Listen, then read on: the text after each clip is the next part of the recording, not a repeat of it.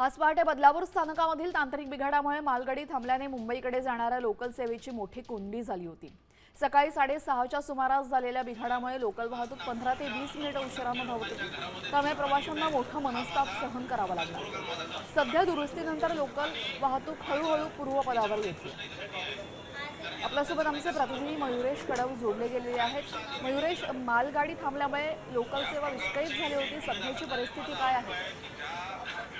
नक्कीच आज सकाळच्या सुमारास बदलापूरच्या दिशेने सीएसएमटी कडे जाणारी एक मालगाडी जी होती ती बदलापूर रेल्वे स्थानकात बराच वेळ थांबून होती। जवळपास 15 ते 20 मिनिटे ही मालगाडी रखडलेली होती।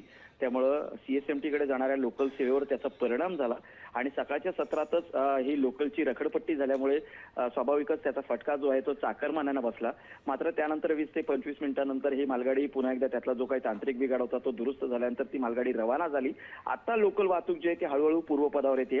मात्र अजून पाऊस सुरू झालेला नाही पुरेसा। आपण म्हणतो आठवड्याभरात जो पाऊस पडतोय पहिलाच फटका जो आहे प्रवाशांना कुठेतरी बसल्याचं या निमित्तानं पाहायला मिळते। जी, धन्यवाद आपण दिलेल्या सविस्तर माहितीसाठी।